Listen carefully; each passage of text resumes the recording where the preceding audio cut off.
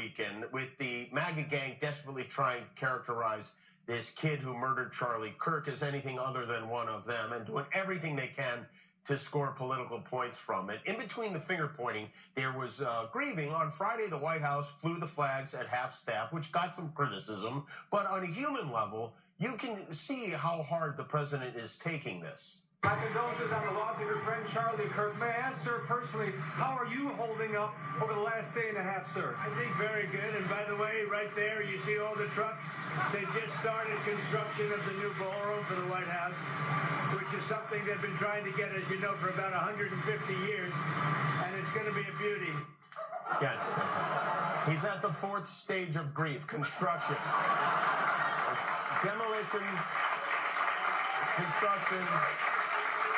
This is not how an adult grieves the murder of someone he called a friend. This is how a 4-year-old mourns a goldfish, okay? And it didn't just happen once.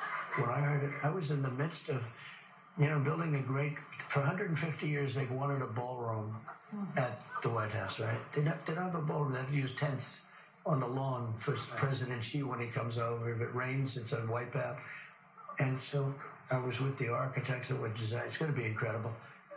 And they came in, they said, Charlie Kirk is dead. I didn't know what they meant. I said, he was dead. Charlie Kirk was shot. And they thought he was dead because it was so horrific, And I said, dead.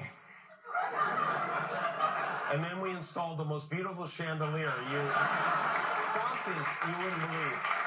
There's something wrong with them. There really is. I mean, who thinks like that? And why are we building a $200 million ballroom in the White House? Is it possible that he's doing it intentionally so we can be mad about that instead of the Epstein list? By the time he's out of office, the White House will have slot machines and a water slide.